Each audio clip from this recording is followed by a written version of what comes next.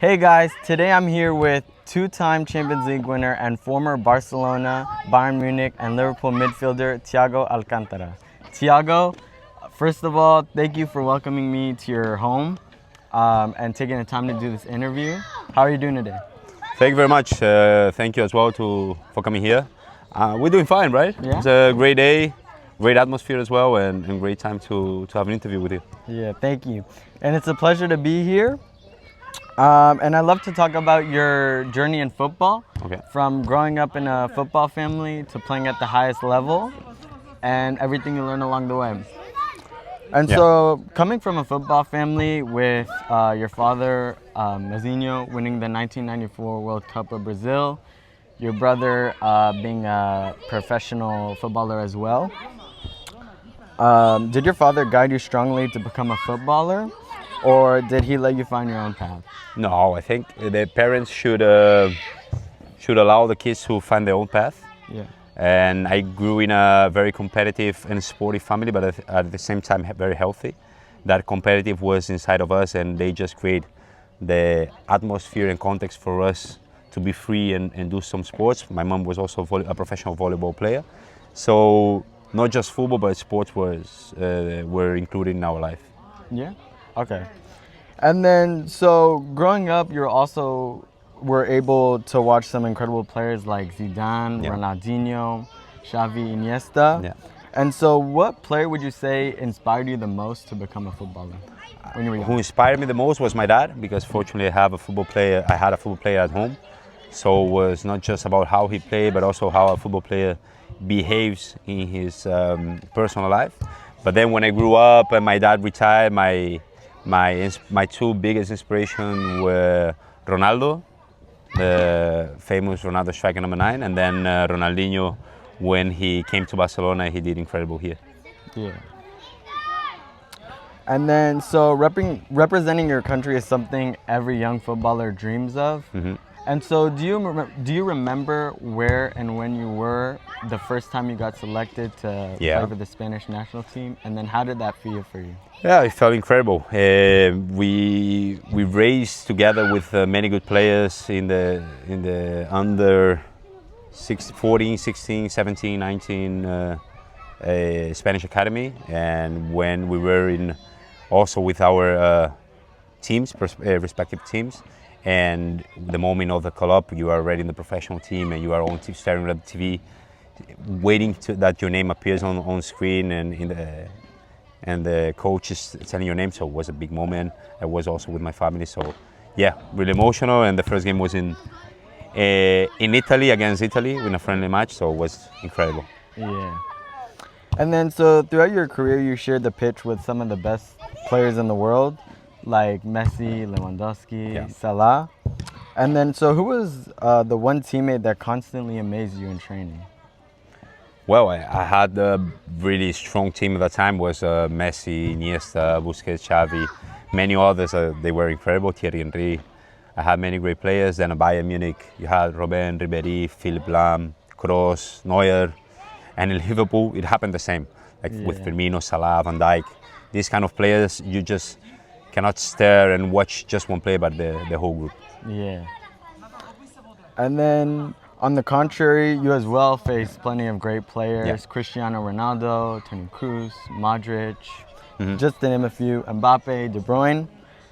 Who was the toughest player you ever faced in your career? I think the toughest midfield players I played against was Real Madrid time, Casemiro, Modric, Kroos. I think was the toughest midfield player I played against. Yeah. And then, so one thing that always stood out while watching you play was how effortlessly you made everything look, from like your passing ability, your vision. Mhm. And so, would you say that was more of a natural ability, or did that take a lot of repetition? No, I think there is a natural. Every player has his own style, and it was very natural to try to do the things as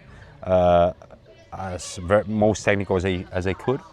But then there are other aspects of the game that you have to train and repeat. That's the biggest thing in sports. To thrive, you have to train and repeat. Yeah. When people talk to you about you as a player, they usually focus on your technique Okay. Your vision and passing ability. And then, so what's one part of your game people never fully appreciated? I don't know what people doesn't appreciate. I think my work ethic, I think, was my biggest weapon, because I think football players must give everything, and I gave everything every time in my life. Yeah. And then you've also had the opportunity to work under some great managers, including Guardiola, Ancelotti, Flick, Klopp. And so, how different was it working under each of those managers? Wow, it's tough, because you are coach from them in different stages of your life and different ages as well. I also be coach from Luis Enrique to Lopetegui, great coaches. But then the thing is that you learn from the tactic of Pep, the ability to manage a team as Flick has. Then Ancelotti to choose the right players for perfect moments, crop the intensity. So you can choose many tools they have and put on your tools. Yeah. And then, so throughout your career, you've dealt with difficult injury periods, but always managed to come back and perform at the highest level. What kept you believing every time you'd come back stronger? Well, it's the love of the game I have from the game, and also that I love to play, and I know that when I'm 100%, I will be back fit and play my 100%. Yeah. And then, so looking back on everything you've experienced in your career, what's a football lesson you think you learned too late in your career? Wow, how important it is to sleep. I always was my Achilles tendon was the lack of sleeping I had, but because the way I am, I'm very looking forward to the next and next and next. And when you get old, you know that the sleeping is an important part of the football career. Yeah. And then a lot of young players today make mistakes that they might not know that impact their future. What's the biggest mistake you see those young players make when trying to become a professional?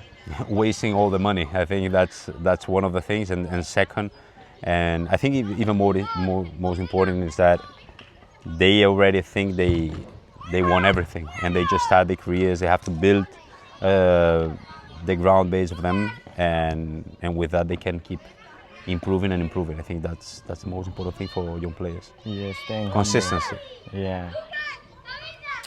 And then, so if you could give one piece of advice to a young player trying to become professional, what would it be? Commitment. I think every young player has to commit to himself to be the best football player he can be. And these past 2 seasons, you played an important role with Barcelona, being a part of the coaching staff. And so, can you tell everybody out there who doesn't know exactly what your role is on the coaching staff? Well, I was an assistant coach because I still don't have my badges, so I couldn't be on the bench and coaching the guys on the pitch while the game. Just in training, doing individuals, trying to help the analysis team as well. So yeah, a bit of everything without having the last call that is a coach call for sure. Yeah. And then, so now that you're moving on from your role at Barca, what projects do you have in store for the future? Well, now trying to understand every bit of that is in the football world, and I wanna sit on the table with fitness coaches, physios, sporting directors, and know what they're talking about, to have also the knowledge of what they're talking. So that's the next step, to know a bit of every job that is in the middle of football. So that's my biggest goal right now. All right, and Thiago, thank you so much for your time, and Thiago, thank you so much for your time and for sharing your journey. And before I leave you, there's a funny moment that I always remember. When Jurgen Klopp had asked you to translate for Darwin Núñez, and then so you had went to go to translate for him, and then when you were on your way back to the bench, Klopp had looked at you in a funny way. Can you kind of walk us through that moment? Yeah, sure. When he started to talk to me about the tactics of the game in the moment, And for sure we had a time because the ball, I think the ball was out at the moment, or some player was injured and David was about to get in, but he had time. So Klopp's paying me things. When I see time is coming and referee was calling him to get on the pitch, I have to resume everything and try to say to him as short as I can that info, because the player has a lot of info right now. I just want to make it as short and sharp as I could. Yeah. That's it. There's nothing special. Just the coach looked at me and said, "Were you able to just make a resume about what I said?" I said, "Yeah, go. He can go ahead." And yeah, that's the thing. Right. And that's everything for me. Thank you so much for doing this My interview. pleasure, man. My pleasure. And I wish you all the best Thank you. for the future, whatever your projects are. And yeah. Appreciate it.